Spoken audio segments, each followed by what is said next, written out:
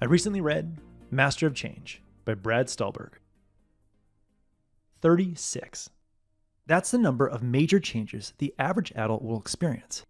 This includes graduating, ending a relationship, losing a job, starting a business, relocating to a new city, and retiring. When you experience a big change in your life, the worst thing you can do is wish things would go back to the way they were.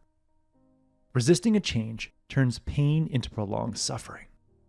But if you learn to quickly accept change and then take 3 essential steps immediately following a change, you'll not only prevent needless suffering, but you'll evolve as a person and be better able to handle life's inevitable changes. I find it helpful to understand these 3 steps using the analogy of a shipwreck. To avoid going down with the ship, you must first find an inflatable life raft.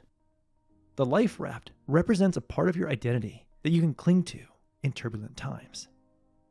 When change threatens your core identity, your life can fall into chaos.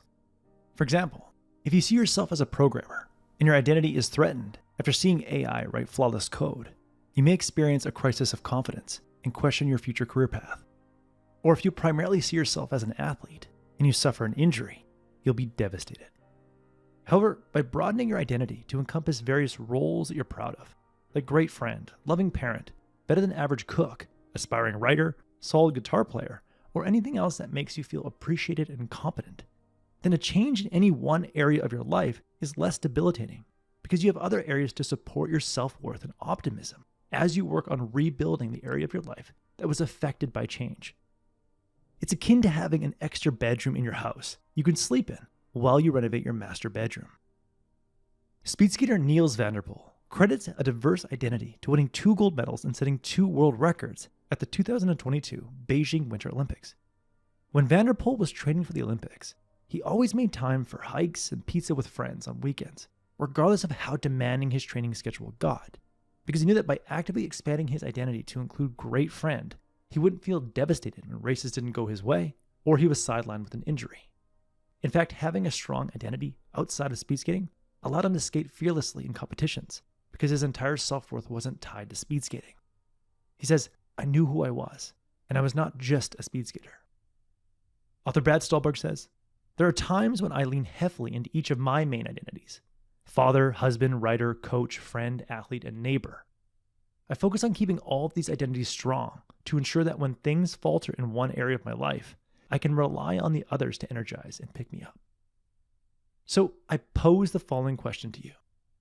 How can you invest in other areas of your identity to stay buoyant when change threatens one part of your identity? Now, once you've found comfort in an unchanged aspect of your identity, it's time to focus on your core values, or what I like to call your guiding values, as you establish a new normal. These core values or guiding values often lie beneath the activities you enjoyed before any change occurred.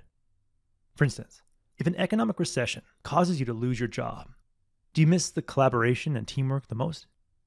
If you relocate to a new city and long for your old friends, is it their sense of humor that you miss the most? Understanding what you valued most in past experiences provides the foundation for crafting a new and potentially better experience. If I were to lose my business, it would suck, but I wouldn't fall into depression because I understand why I love my work. Running my business allows me to learn, curate information, work with autonomy, and enjoy long periods of deep work. And I'm confident that those 4 qualities can be found in another business or career. Rebuilding an area of your life around your core values is like remembering what you like most about your master bedroom before it was damaged, so you can use that knowledge to guide your master bedroom renovation and create a new space you'll love. When author Brad Stulberg underwent surgery on his leg, he couldn't run like he used to and can no longer call himself an elite long-distance runner. But after some reflection, he realized that what he valued most about long-distance running was the regimented physical practice it required.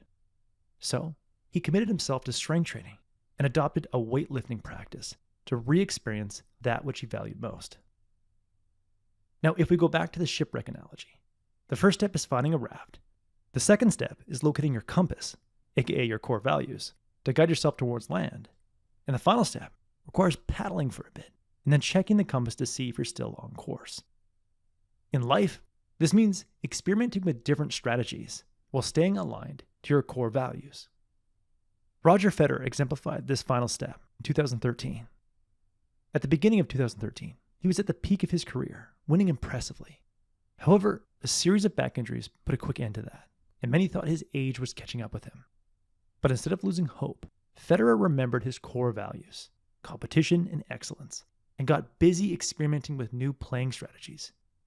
Federer developed a lethal backhand spin shot and a play style that moved him closer to the net, allowing him to end matches quickly and minimize the stress on his back. In 2017, Federer had an extraordinary season, going 54-5 and winning 2 major championships at the age of 36, a testament to the power of adapting while staying true to one's core values. Let your core values guide you through change, as Federer's passion for competition and excellence did for him.